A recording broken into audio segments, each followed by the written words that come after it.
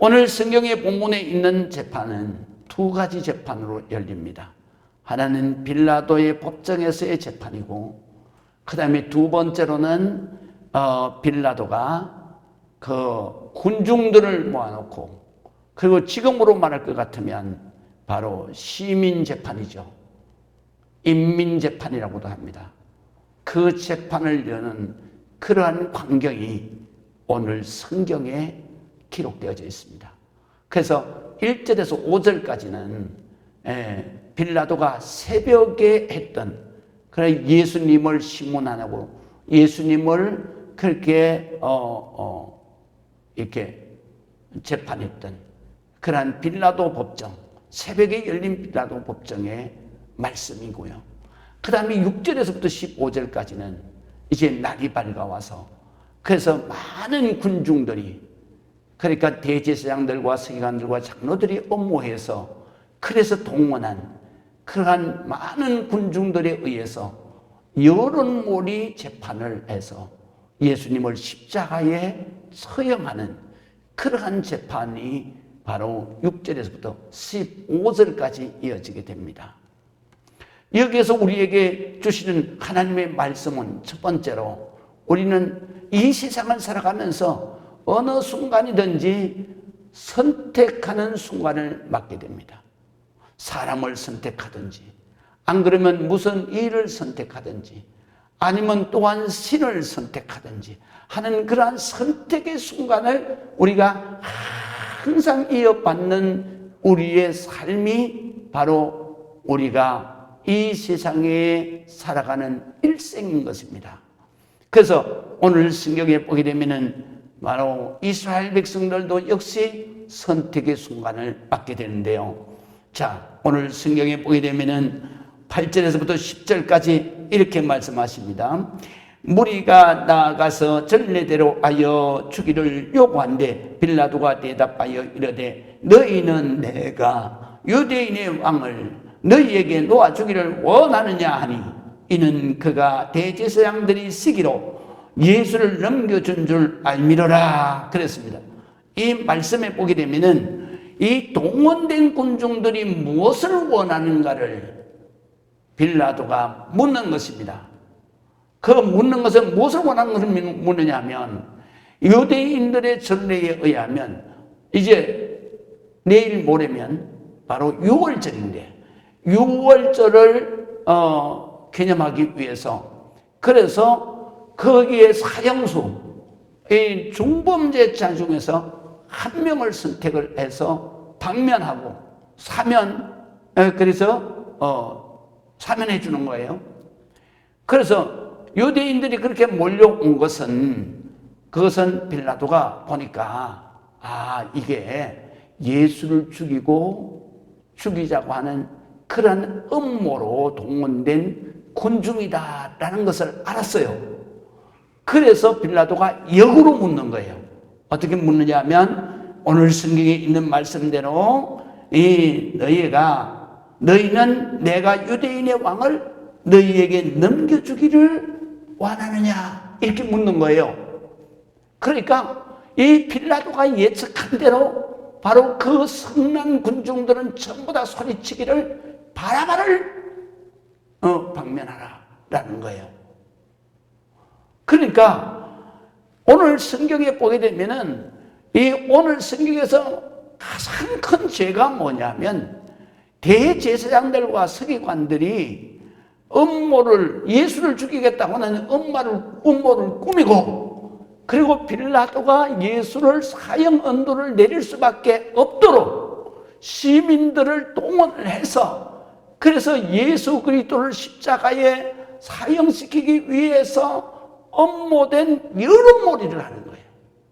그래가지고 빌라도가 어쩔 수 없이 그 바라바라고 하는 것은 그 밀란을 일으킨 사람이에요. 밀란을 일으킨 것은 로마 제국으로 봤을 때는 반역자잖아요. 그건 밀란만 주도한 것이 아니라 이 바나바가 그 밀란 중에서 그래서 사람을 죽인 거예요. 그 살인자인 거예요. 그래 이 로마법에 의하면 이 사람은 반역죄도 사형이고, 그 다음에 사람을 죽인 살인죄도 사형이에요. 그 때문에 이 사람은 반드시 십자가에서 달려 죽을 수밖에 없는 그런 사형수거든요. 근데 이 사형수를 방면해 달라는 거죠. 그리고 죄가, 빌라도가 봐도 죄가 없는 거예요, 예수님은. 그리고 또 예수님에게 그들이 씌운 죄가 뭐냐면 종교적인 죄예요. 종교적인 죄는 뭐냐? 신성모독죄. 신성모독죄는 로마법에서는 사형에 처할 그런 중범죄가 아니에요. 또 뿐만 아니라 유대인의 왕이라고 자처한다. 이건 자처했지 유대인이 되려고 반란을 일으킨 게 아니란 말이에요. 그렇기 때문에 이것은 절대로 사형에 처할 그런 중범죄가 아니라 이거는 그냥 훈방 좋지 않은 그런 경범죄란 말이죠. 그러기 때문에 빌라도가 이 사람 죽을 만한 그런 사형을 언도받을 만한 그런 죄가 없다. 그러니까 나는 이 사람을 방면해 주기를 원한다. 그렇게 말을 그랬는데 이 군중들, 바로 음모로 동원된 군중들이 전부 모여가지고 바라바 외치는 거예요. 그러니까 빌라도가 또 이 반란이 일어날까, 밀란이 일어날까. 그래서 두려워서 바로 그들이 원하는 대로 예수를 십자가에 처형을 하는 거예요. 이것을 볼 때 우리가 첫 번째로 우리가 깨달아야 될 말씀은 뭐냐면요, 이스라엘 백성들은 바로 죄인인 바라바를 석방하고 죄가 없으신 예수를 죽이라 하는 거예요. 우리는 오늘날에도 많은 사람들의 여론에 의해서 이렇게 죄가 있는 사람은 반드시 벌을 받아야 되는 것이고, 그게 정의 실현이거든요. 그 다음에 죄 없는 사람은 무죄 석방을 해야 되는 게 정의예요. 그런데 오늘날에도 많은 사람들이 그걸 느끼고 살잖아요. 유전, 무죄, 무전, 유죄, 뭐 이런 거라든가. 그러니까 이거는 정의에 반하는 그러한 법 집행이 계속 이어지는 거란 말이죠. 그래서 오늘 성경의 재판을 보게 되면은 바로 그 당시에도 여론몰이 인민재판은 어떻게 이루어졌느냐? 바로 이 불법 재판이 이루어지는 거예요. 정의가 실현되는 재판이 판결되지 않는 거예요. 그것을 우리에게 깨닫게 하는 것입니다. 그 다음에 두 번째로 오늘 성경에 보게 되면 그들은 예수님을 십자가에 못 박아 죽이라고 외치는 것입니다.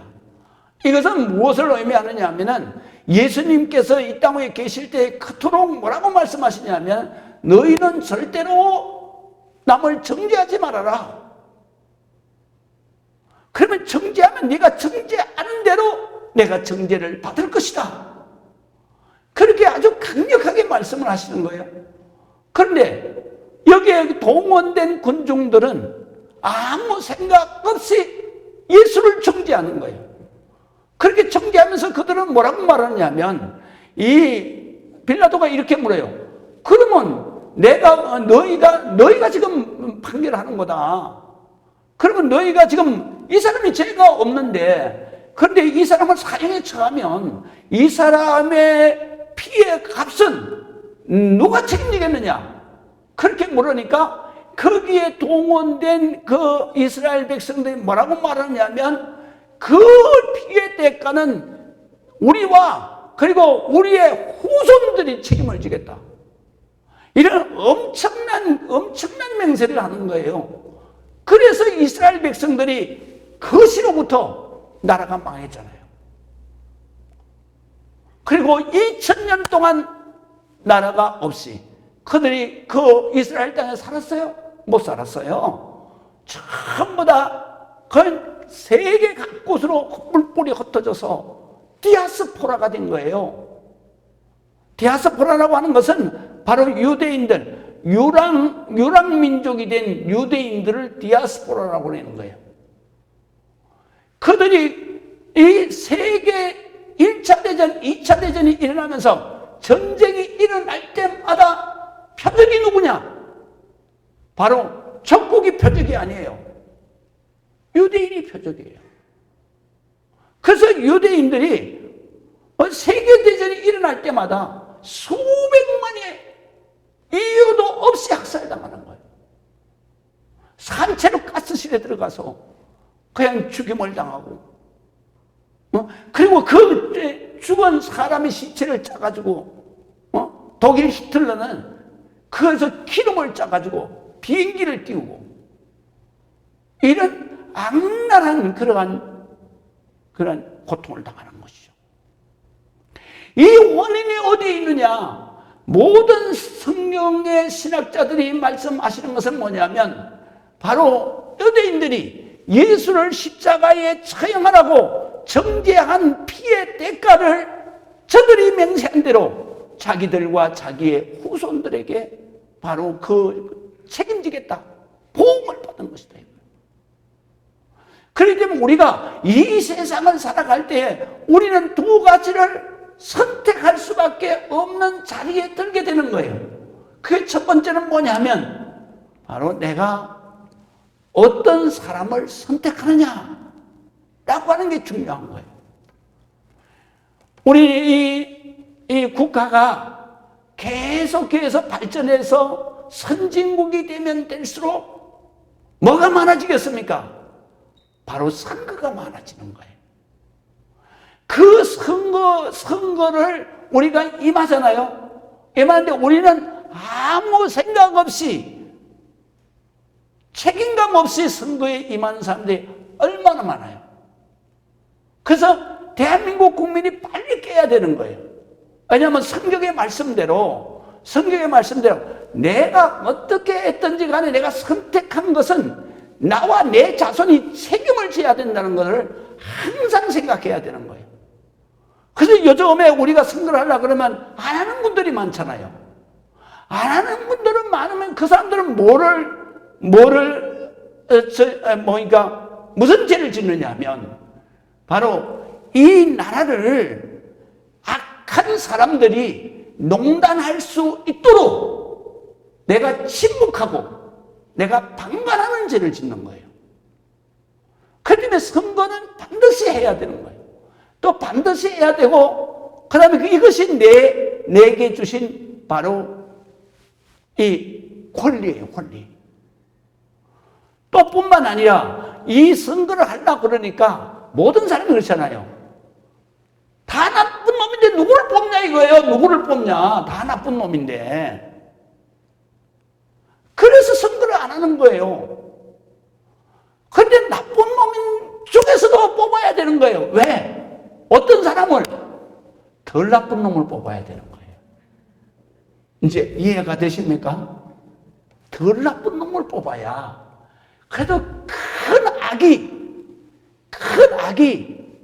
이게 그 악을 저지르는 것을 막는 거예요.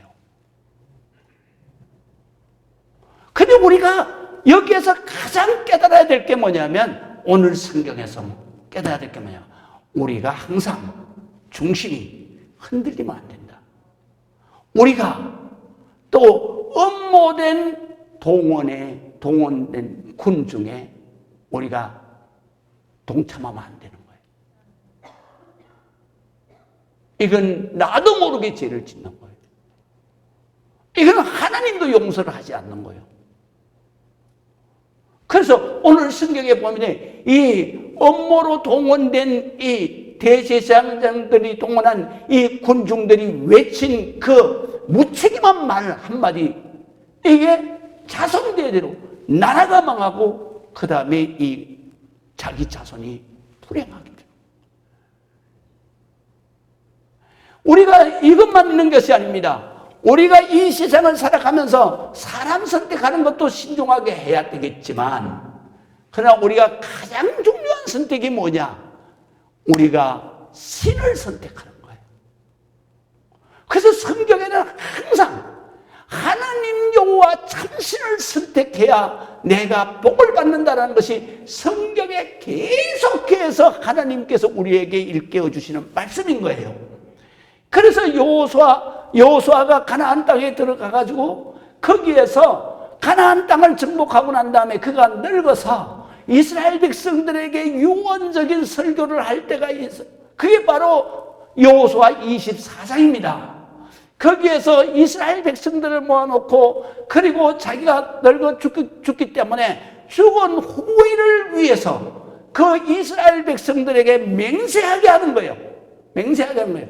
너희가 그 중에서 첫 번째 맹세가 뭐냐면 너희가 이 이방 가나안 땅에 이 가나안 백성들이 섬기는 그 바알신을 내가 섬길 거냐, 아니면은 우리를 지금까지 구원하신 여호와 하나님을 섬길 거냐, 너희가 선택해야 된다 라고 말을 하는 거예요.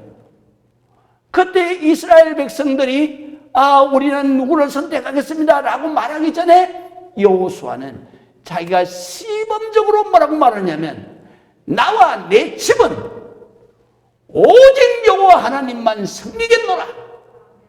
할렐루야. 그러니까 우리가 정말 이 세상을 살아가면서 내가 어떤 신을 선택해서 믿고 사느냐, 이것이 바로 내 삶뿐만 아니라 내 자식들, 자손들에게 행불행의 갈림길이 되는 거예요. 그래서 우리가 정말로 종교적 선택이 우리 자손 대대로 내려가면서 축복과 그리고 저주에서 우리가 결정적인 선택을 하는 거예요. 저는 그것을 너무 많이 경험했어요. 우리 집안이 대대로 내려오면서 불교 집안이잖아요. 그리고 나한테 영어를 가르쳐 주신 분이 스님이에요. 그러니까 스님하고 맨날 잠잤어요. 그랬는데 하나님께서 저희가 그 집에서 나서 성장하게 한 것은 정말로 우상 숭배하면은 어떤 저주가 임하는 것을 생생하게 체험하도록 하시고 그 다음에 하나님을 믿게 하신 거예요. 그래서 우리 집안에는 그냥 대대로 내려오면서 성주단지가 뒤뜰에 있었어요. 저는 어렸을 때 부모님들이 거기에 못 가게 하시는 거예요.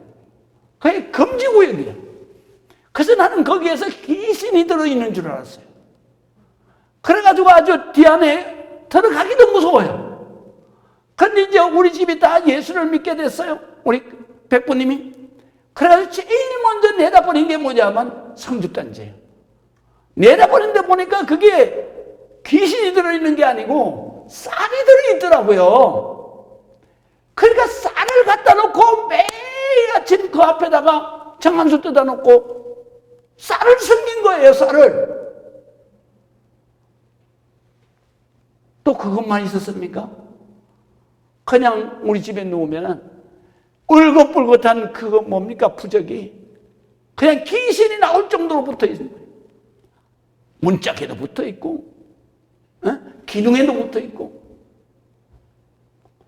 그런데 이렇게 우상을 섬기니까 하나님이 복을 주시지 않는 거예요. 그 당시 내 어릴 때만 해도 우리 집안에 여자는 오래 사는데 남자는 60을 넘긴 사람이 없어요. 별로. 다 60세 다 죽었어. 그런데 지금은 예수를 믿으니까 다 남자들도 건강하게 하나님의 축복을 받고 사는 거예요. 그래서 그뿐만 아닙니다. 얼마나 많은 그러한 그 저주가 임하는지 말로 할 수가 없어요. 그렇기 때문에 우리가 이 세상에서 사람을 선택하는 것도 중요하지만 그보다 더 중요한 것은 뭐냐? 우리가 어떤 신을 선택하느냐. 여호수아처럼 살아계신 하나님, 복의 근원이신 하나님, 우리가 사탄마귀 귀신을 섬기면 저주받을 일밖에 없어요. 그러나 복의 근원이신 하나님을 섬기면 그러면 우리가 복받을 일밖에 없어요. 나 같은 죄인이 그 은혜로, 십자가 은혜로 하나님의 자녀의 자리에 올랐을 뿐만 아니라 내가 이 세상을 떠나도 영생복락의 세계로 들어가고 또 뿐만 아니라 이 땅 위에 살 때에도 내가 그의 이름으로 구하는 모든 것은 바로 하나님께서 다 시행하시는 놀라운 축복의 인생이 되는 겁니다. 그렇기 때문에 우리가 이 세상을 일생 살아가면서 정말로 사람 선택 잘해야 되고 무엇보다도 잘해야 될 것은 내가 종교 선택을 잘해야 된다. 우리는 반드시 하나님 여호와 복의 근원이신 내 아버지를 믿는, 그래서 여러분의 자손 대대로 하나님의 축복의 자녀가 되는 그런 축복의 역사가 임하기를 주의 이름으로 축원합니다. 그렇기 때문에 우리가 이렇게 선택한 하나님을 여호수아처럼 그 여호수아들이 그 자손들이 쫙 있는 그 이스라엘 백성, 그래서 늙은 그러한 이제 하나님 나라에 갈 시기에 이르는 여호수아가 거기서 말하잖아요. 나와 내 집이 오직 여호와를 섬기겠노라. 할렐루야. 여기에서 보면 나 하나만 얘기한 게 아니에요. 내 집이라고 하는 얘기는 우리 집 식구뿐만 아니라 자손 대대로 우리는 하나님 여호와를 섬기고 살겠다. 우리가 정말로 여러분들 당대의 믿음이 끊어지면 안 되는 거예요. 그렇기 때문에 여러분들은 정말로 하나님께서 보내주신 여러분들의 가정의 선교사예요. 그래서 저도 우리 집에서는 내가 제일 처음 예수를 믿었잖아요. 그래서 새벽마다 기도할 때마다 난 나를 우리 집에 그 불신 우리 가족들을 위해서 보내주신 선교사입니다. 우리 아버지, 내가 기도하오니 아버지 하나님 우리 가족들을 다 하나님의 자녀로, 그리고 우리 자손들이 다 하나님을 믿고 하나님의 축복을 받고 살게 해주옵소서. 제가 40년을 기도했어요. 하나님께서 역사가 일어나는 거예요. 할렐루야. 그래서 다 하나님이 어마어마한 축복을 주시는 거예요. 우리 동생은 장로지, 우리 누나는 권사지, 그 다음에 우리 큰집의 조카네, 지금 우리 시골 교회를 다 도와서 이끌어가고, 하나님이 그런 축복을 주시는 거예요. 그리고 엄청난 기적의 축복이 임하는 거예요. 그렇기 때문에 우리가 정말로 사람도 잘 선택해야 되고, 그 다음에 종교적 선택을 잘해야 된다. 이것이 바로 자손 대대로 내려오는 하나님의 축복이라는 사실을 여러분들이 믿으시기 바랍니다. 그 다음에 두 번째는 우리가 깨달아야 될 게 뭐냐 하면요, 절대 오늘 성경에 보니까 정죄하면 안 된다는 거예요. 그래서 14절에 보세요. 빌라도가 이르되 어찌 믿냐? 무슨 악한 일을 이 사람이 했느냐? 하니 더욱 소리질러. 그 소리지르는 사람이 누구요? 바로 음모로 동원된 그 대제사장과 서기관들이 예수님을 죽이려고 하는 그 음모로다가 동원된 군중들이 말하는 거예요. 그들이 뭐라고 말해요? 아무 생각 없이 예수를 십자가에 못 박게 하소서, 못 박게 하소서, 그렇게 하는 거예요. 마태복음에 보니까 이렇게 하니까 이 빌라도가 어떻게 하느냐면 자기도 이게 무서운 거예요. 왜냐하면 이 신의 아들이라 그랬는데, 근데 이 신의 아들을 자기가 죽였다? 이 죄를 내가 어떻게 책임지냐? 그래가지고, 그런데다가 전에 내려오는 얘기에 보면 빌라도의 아내의 이야기가 있어요. 그게 보면 빌라도의 아내가 항상 영적인 꿈을 꾸는 거예요. 그리고 그 꿈을 꾸면서 빌라도에게 아침에 출근할 때면 꼭 그 꿈을 전하면서 당신은 오늘은 이런 일을 하면 안 됩니다. 그런데 이날 따라서 빌라도의 아내가 꿈을 꾸는데, 바로 당신이 판결할 그 사람은 하나님의 아들이니까, 신이니까, 그러니까 당신은 절대로 거기에 동참하면 안 됩니다. 그 사람을 사형 판결하면 안 됩니다. 그렇게 당부를 했다는 거예요. 그러니까 그 당부가 자기 아내의 당부가 생각이 나서 그가 마태복음 27장 24절에 보면 빌라도가 아무 성과도 없이 도리어 밀란이 일어날 것을 보고 물을 가져다가 무리 앞에서 손을 씻으며 이르되 이 사람의 피에 대하여 내가 무죄하니 너희가 당하라. 백성이 다 대답하여 이르되 그 피를 우리와 우리 자손에게 돌릴지어다 하거늘. 그래서 빌라도가 내가 사형에 처하는 게 아니다 이거예요. 니들이 했으니까. 그래서 십자가에 처형을 하든지 하라고 예수를 내어줬다 이러는 거예요.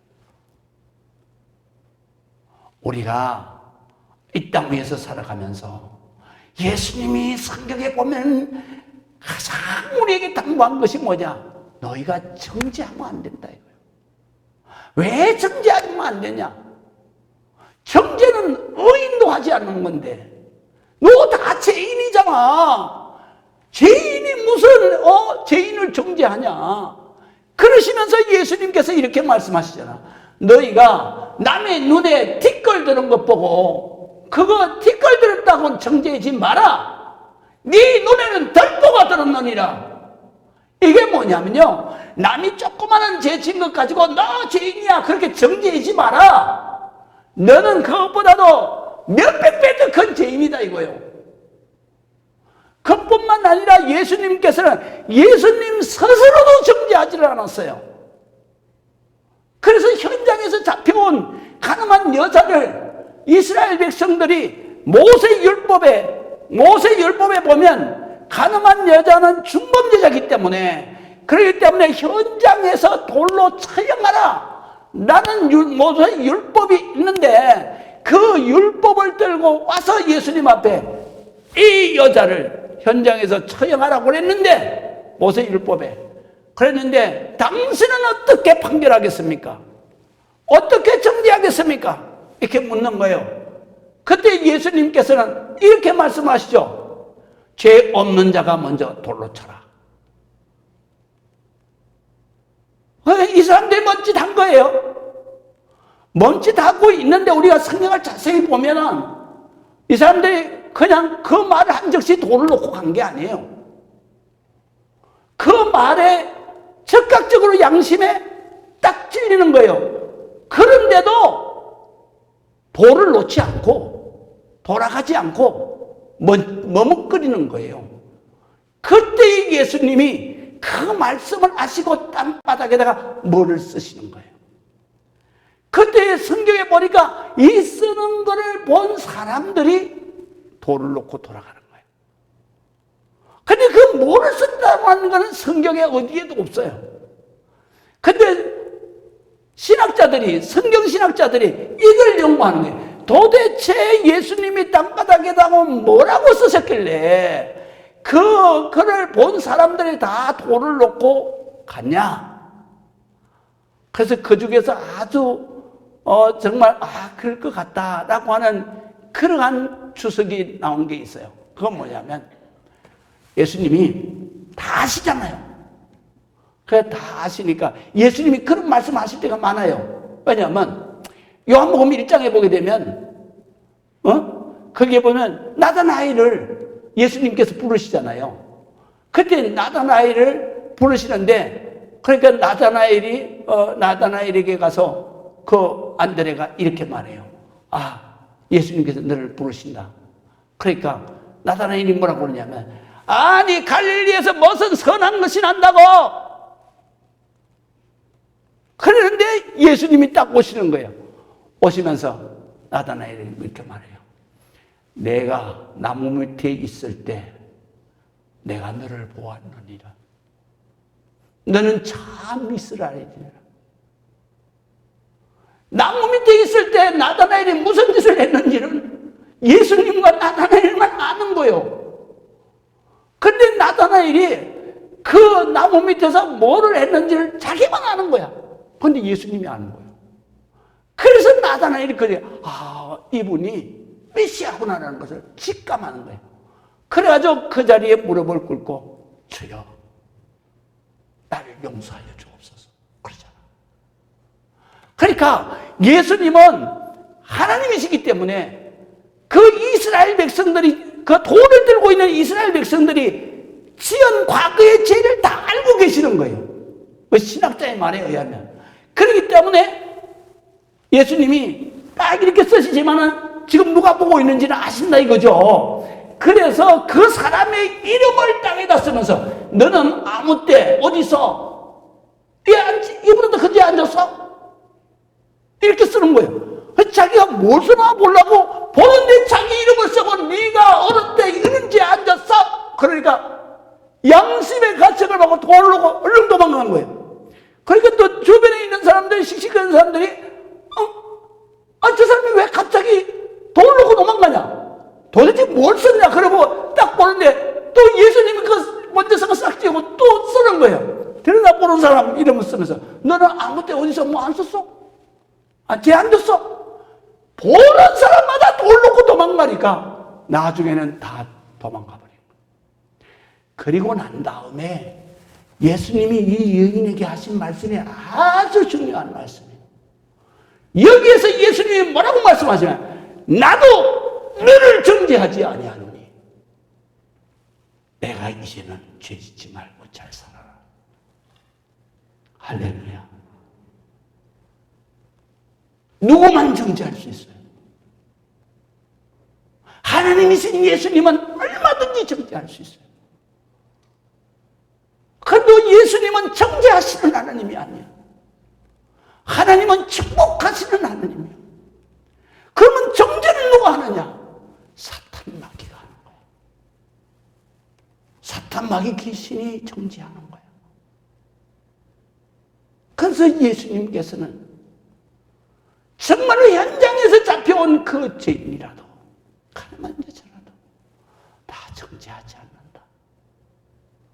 예수님 앞에는 항상 용서가 있어요. 어떤 죄인이라도 용서하는 거예요. 그래서 십자가에서 달려서 처형당하는 그 우편강도에게 이렇게 말하잖아요.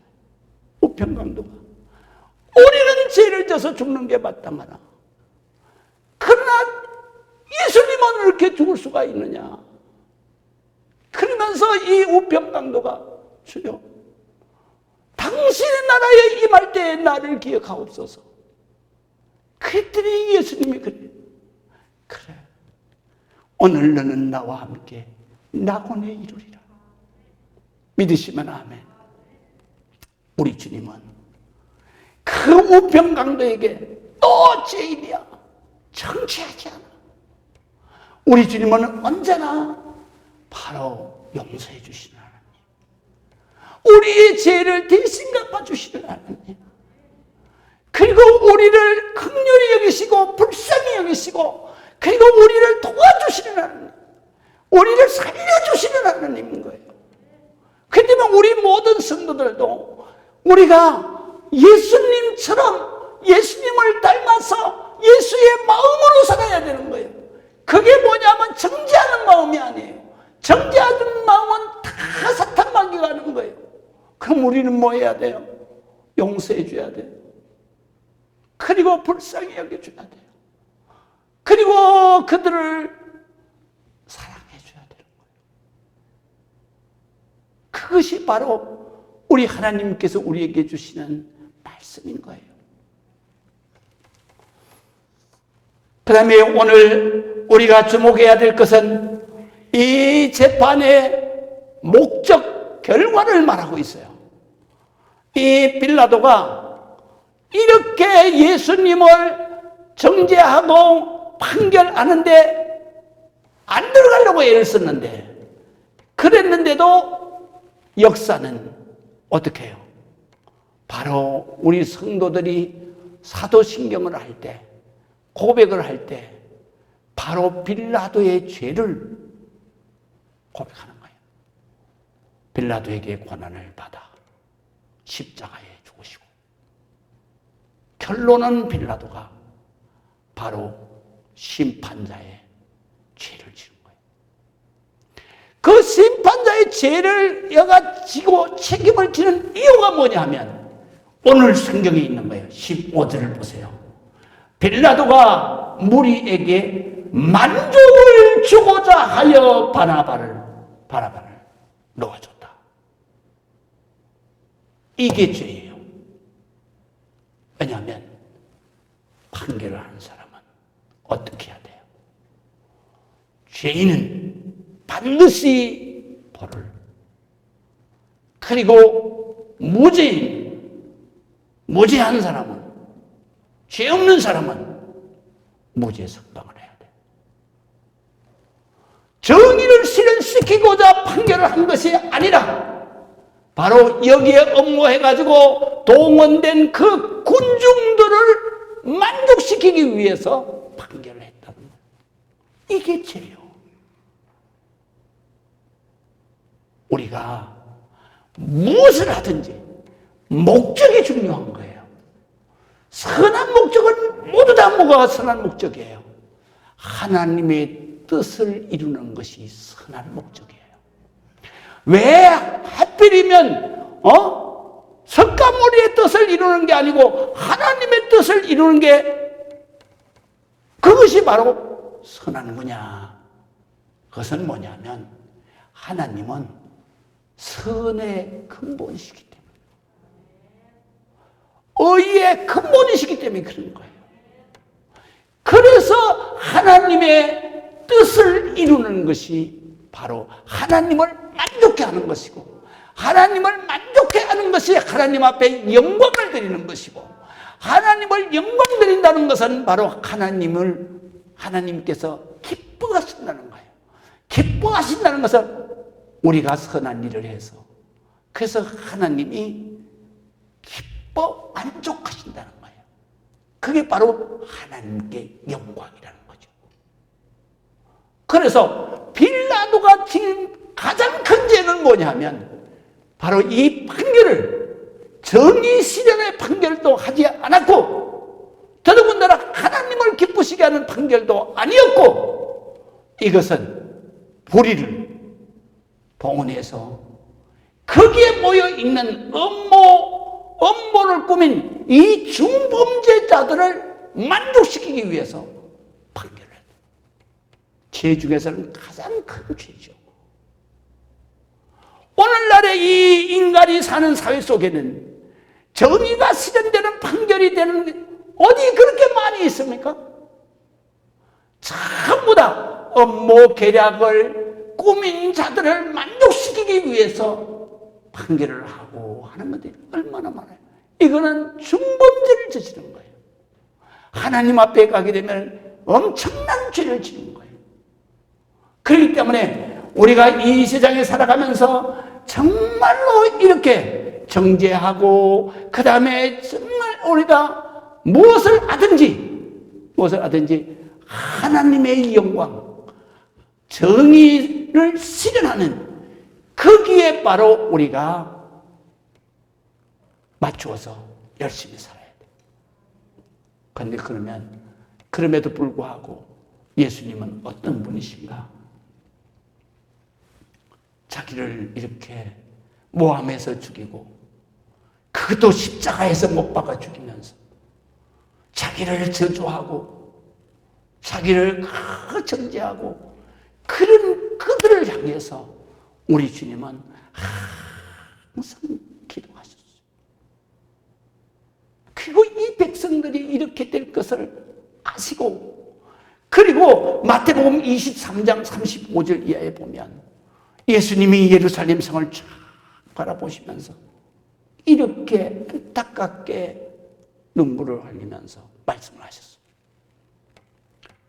의인 아벨의 피로부터 성전과 제단 사이에서 너희가 죽인 바라가의 아들 사가랴의 피까지 땅에서 흘린 의로운 피가 다 너희에게 돌아가리라. 내가 진실로 너희에게 이르노니 이것이 다 이 세대가 세대에게 돌아가리라.